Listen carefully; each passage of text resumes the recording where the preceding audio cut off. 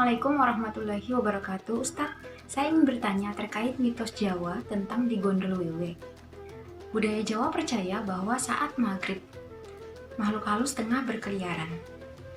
Mitos yang sampai saat ini masih dipercaya oleh masyarakat adalah keluar rumah saat maghrib bisa digondol wewe gombel. Apakah itu benar Ustadz? Dan bagaimana menanggapi hal tersebut? Terima kasih. Waalaikumsalam warahmatullahi wabarakatuh. Wah, dulu sih waktu saya masih kecil sempat percaya Pak Ustadz. Nggak mau kalau misalnya udah mulai maghrib beneran takutnya ada wewe gombel. Tapi makin dewasa tuh kayak berpikir tuh malah kayak gini Pak Ustadz. Pasti ada sesuatu nih di balik nasihat orang tua. Jangan main di luar pas maghrib itu pasti ada sesuatu hal. Tapi kalau dalam pandangan Islam Pak Ustadz, hal seperti itu gimana? Bismillahirrahmanirrahim. Yang perlu kita pahami adalah orang zaman dulu, orang tua kita, kakek nenek kita, banyak yang sekarang kita anggap mitos, tapi secara analogi, secara logika, dan secara contoh kalau kita analogikan ke tamsil yang lain, misal yang lain, memang ada benernya. Contoh aja yang gampang ya, dulu kalau kita sakit, itu kan jarang dibawa ke rumah sakit. Tahu nggak sakit cegukan? Iya. Nah, itu biasanya obatnya ditempel pakai ujung tikar, ya kan? Terus bisul, dulu pakai ujung rambut, dan itu sembuh. Ternyata subhanallah bukan hanya semata-mata ujung tikernya, bukan semata-mata karena ujung rambutnya, tapi yang mendoakannya itu hatinya bersih. Orang zaman dulu kan nenek nggak ada posting-posting selfie di Instagram wah, kan? nenek-nenek posting ya, wow.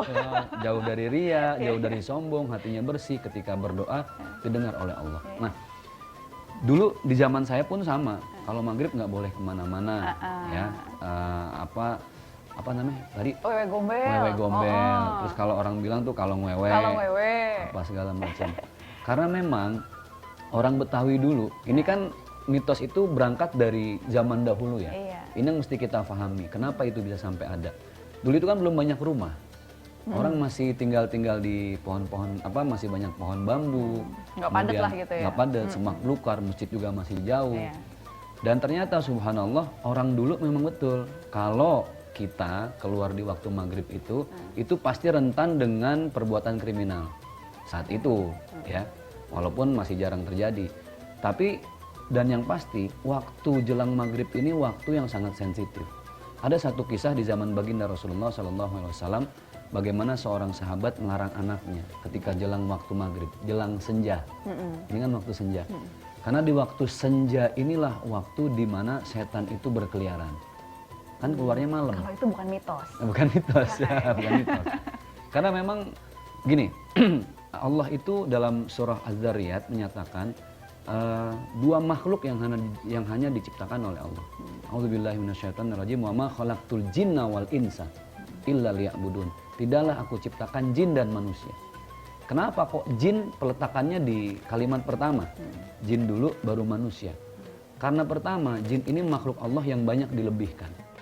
Jin yang hidup zaman sekarang itu adalah jin-jin yang umurnya ribuan tahun.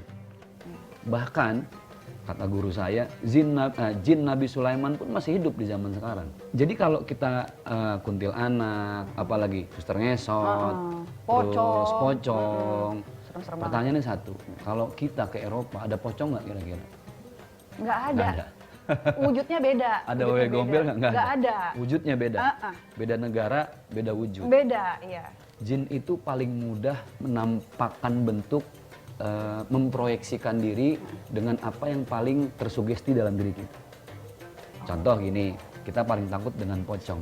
Dia tahu celahnya dan dia akan menampakkan dalam bentuk itu. Jadi nggak ada ruh gentayangan tuh nggak ada dalam agama Islam.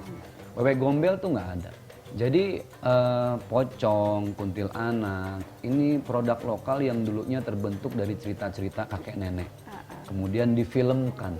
Akhirnya terproyeksi oleh anak-anak dan itu jadi cerita turun-menurun. Artinya yang perlu kita pahami, waktu senja itu adalah waktu yang paling rentan ketika jin untuk menampakkan diri. Jadi ini teorinya sudah kita bisa sambung ya. Pertama, waktu senja waktu yang sangat rentan. Kedua, dia tahu manusia yang paling takut itu yang mana. Contoh, jin itu paling suka menempati yang tempat-tempat yang tidak disukai manusia. Kebalikannya. manusia suka yang bersih, yang nyaman. Tapi jin yang sudah tidak ditinggali lama, di rumah sakit, atau yang banyak genangan air, sungai, laut, dan lain sebagainya. Dan mereka juga punya tempat. Ketika orang lain masuk tanpa izin, dia marah. Marahnya dia nggak tidak sama dengan manusia. Marahnya dia dengan menampakkan diri dalam wujud yang paling kita takuti. Kita paling takut sama apa nih, Mbak? Sama apa paling takut? Kalau kayak gitu saya bisa milih dong, ini saya takutnya sama biar bagus gitu. Wah, yang takutin Brad Pitt kayaknya nih gitu. Brad Pitt nih kayaknya, ntar jinnya jadi kayak Brad Pitt.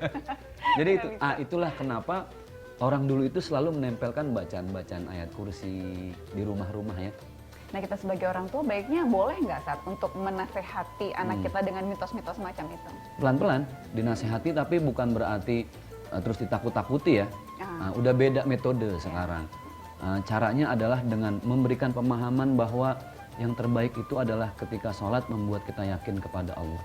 Jadi jangan hanya sekedar sholat, tapi dengan sholat itu kita harus yakin tidak ada makhluk yang paling kuat ini kecuali Allah.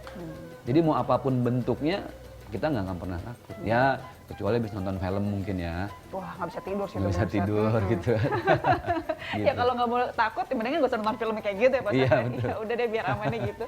Oke, sahabat hikmah, kita akan bahas lagi. Ini ada satu kisah Pak yang viral luar biasa, geger bahkan, tentang sejoli yang ditemukan tewas. Waktu itu tewasnya di Nagrek, tapi jasadnya ditemukan di tempat lain. Nah, kita akan membahas hikmah di balik kisah tersebut usai jeda.